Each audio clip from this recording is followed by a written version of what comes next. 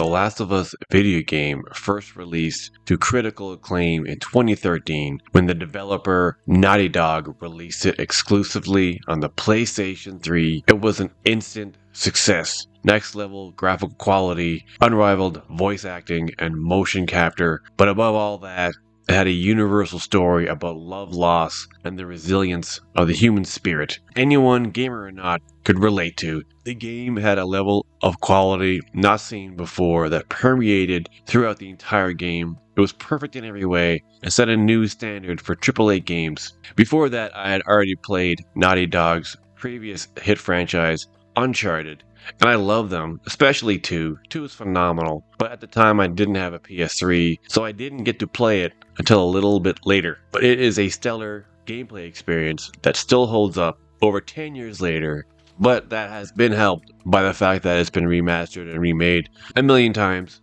but that's a whole other thing. So this video is my look back on the first season. It is a turning point for the entire video game adaptation space. That show is the reason why I started a YouTube channel and a Twitter account. I was excited because I couldn't wait just to see it because I knew it was going to be good, but also it was shooting in the city I was living in, Calgary, where I still lived. I was following the production around, trying to get as many pictures and videos that I possibly could. Couldn't get any pictures of Bella or Pedro, but there were still tons online. But all that rambling aside, I wanted to finally do another proper video. When the first season came out 2 years ago, my YouTube game was a lot weaker, my edits were bad, and I tried to review every episode. Looking back on it now, I'm sure it looks like garbage. I wanted to revisit the entire first season, considering that season 2 is just around the corner, coming out in April.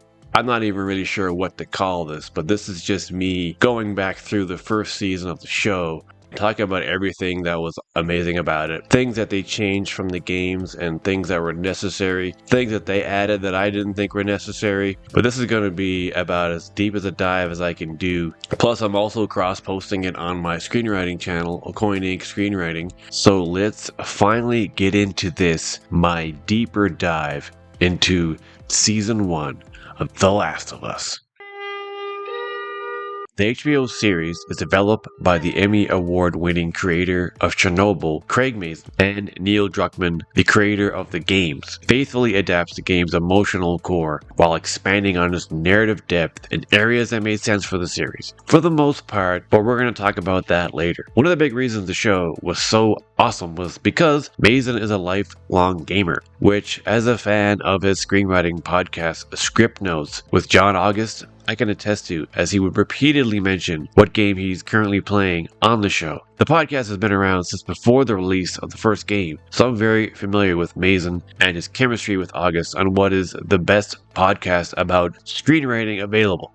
Released in January 2023, the first season was a critical and commercial smash, multiple awards, and the show successfully bridged the gap between gaming and prestige television. A quick recap: post-apocalyptic world was ravaged by a cordyceps fungal outbreak starting in 2003 from infected flower in Indonesia, which resulted in Joel losing his daughter, Sarah. 20 years later, Joel sets out on a journey to bring Ellie to a medical facility where she can get tested after being bit, but not actually turning into an infected.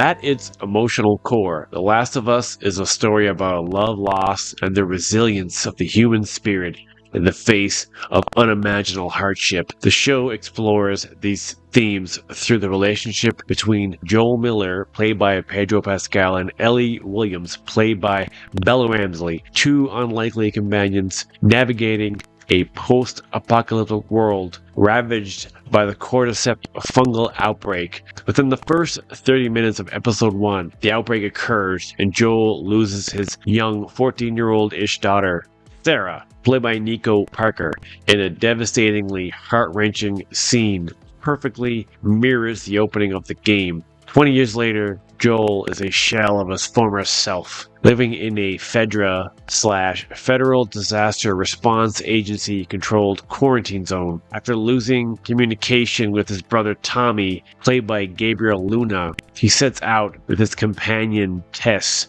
played by Anna Torv. This leads them to a run-in with the leader of the Fireflies, Merle Dandridge, who is reprising her role as a voice actor from the games. She is the one who tasks them with bringing Ellie to the medical facility where she can get tested and for potentially making a cure for the cordyceps outbreak. The theme of love and parenthood is one of the most striking in the exploration of parental love. Joel's arc revolves around his dramatic transformation from a broken man with no hope to a surrogate father willing to go to extreme lengths to protect Ellie, his surrogate daughter. This theme is intensified in the final episode where Joel's morally ambiguous decision to save Ellie at the expense of humanity's potential cure challenges the viewer's understanding of love as both selfless and selfish. It leaves you with the lingering question of what would you do for love? Do you agree or disagree with Joel's decision? Few games had left players with such a question of morality when it came out, and the show is no different.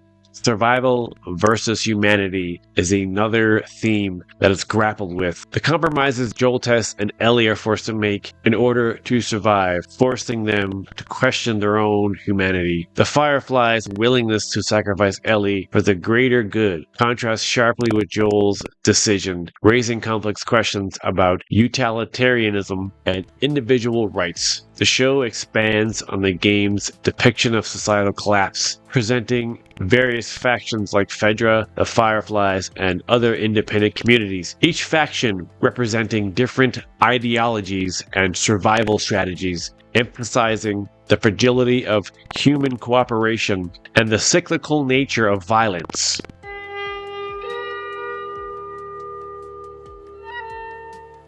Pedro Pascal delivers a nuanced portrayal of Joel, balancing stoic toughness with moments of vulnerability. His performance captures the character's internal struggle, particularly in scenes where Joel begins to let Ellie into his heart. Pascal's ability to convey deep emotion with supple gestures and expression elevates the role. His multiple acting awards are well deserved, though upon second viewing, you come to realize Joel is kind of an awful person. Sure, we love him because he's the protagonist and Pedro is awesome, but he doomed humanity for his own selfish reasons. The amount of people he killed in cold blood gets excessive by the end, and after he saves Ellie, who was willing to sacrifice herself for the greater good, he lied to her saying that the antidote didn't work. Ellie doesn't believe him, but goes along with it for the sake of their relationship. Bella Ramsey's portrayal of Ellie is equally compelling. Ramsey embodies Ellie's fiery spirit, humor, and underlying drama. The chemistry with Pascal forms the emotional backbone of the series, making the bond between Joel and Ellie deeply believable and affecting. Her performance is rather remarkable, and after watching the show again, I think she is the best of the whole show. She received a lot of unfair hate online, with many thinking that she was miscast, a lot thinking just because she doesn't look like Ellie. But even though she received a lot of hate, she was spectacular as Ellie, and her dramatic arc is the most compelling journey in the show. Supporting cast, including Anna Torv, Merle Dandridge, who was reprising her role as a voice actor from Marlene in the game, Nick Offerman, who played Bill, Storm Reed Riley, delivered stand-up performances. Episode 3 in particular, of course, everyone's favorite long time, focuses on Bill and Frank's relationship. Frank, played by Murray Bartlett. It received widespread acclaim for its poignant storytelling and exceptional acting. Offerman and Reed won Emmys for the performances, with both only being in one episode. Henry and Sam were short, poignant additions that displayed the brutality that comes with protecting the ones we love.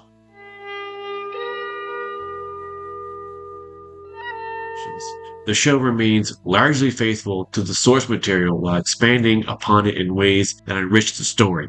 In the prologue, they feature scientists that are discussing a potential hypothetical cordyceps outbreak, which provides a chilling and realistic context for the pandemic as it's based around actual science. I personally felt this moment to be completely unnecessary. It was far too expository and felt out of place with it being some random talk show from the 60s, and it contrasts sharply with the rest of the series. And on top of that, they essentially explain it all again in a more natural way in the opening of episode 2 with the Indonesian doctor. There's everyone's favorite episode, long time. The game itself only hinted at Bill's relationship with Frank, but the show fully develops the story, presenting a tender, tragic love story that underscores the theme of finding meaning in the broken world. But for me, as lovely as this whole episode is, it could have been removed with zero impact on the series as a whole. It was a great episode, but kind of felt like a filler as it wasn't really all that needed, and they almost could have gone with 8 episodes per season instead of 9, and just extended and shortened a couple episodes. The worst inclusion to me is that of Kathleen, played by Melanie Linsky, as a leader of a rebel faction that is supposed to add layers to illustrating the dangers of vengeance and the moral complexities of rebellion. But as a character, I did not like her at all. Melanie Linsky is a fine actor. I've seen her in lots of things, and she's great, but her dialogue was so clunky, it seemed like they were trying to make her appear eloquent. But there was also zero backstory to how she became this leader that made questionable decisions that were never challenged, other than the fact that her brother was killed when Henry, played by Lamar Johnson, pointed the finger to save his younger brother, Sam, Kevin Woodward. They all blindly followed her for reasons that were never explained, but then she doesn't even live long enough for us to find out or care. And there was also the change with Sam.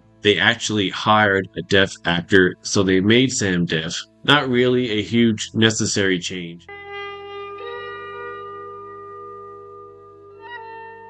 The production design, cinematography, and visual effects bring the world of A Last of Us to life with remarkable detail. The overgrown cities and crumbling infrastructure are beautifully rendered, evoking the haunting beauty of the game's world. The infected, particularly the clickers, were meticulously crafted to replicate their game counterparts. The use of practical effects adds a sense of tangibility and horror. The show often mirrors iconic shots from the game, creating a sense of familiarity for fans while providing stunning visuals for all viewers.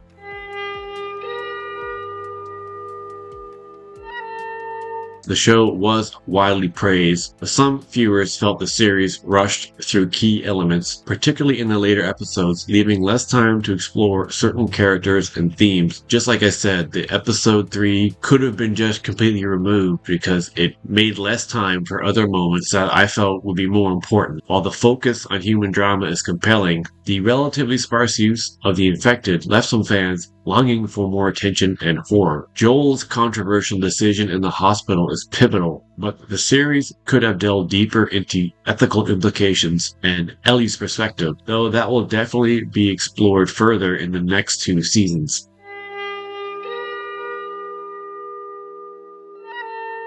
The Last of Us has been hailed as a landmark in video game adaptations, proving that the medium's narrative can translate successfully to television. Its critical and commercial success has already paved the way for more thoughtful adaptations.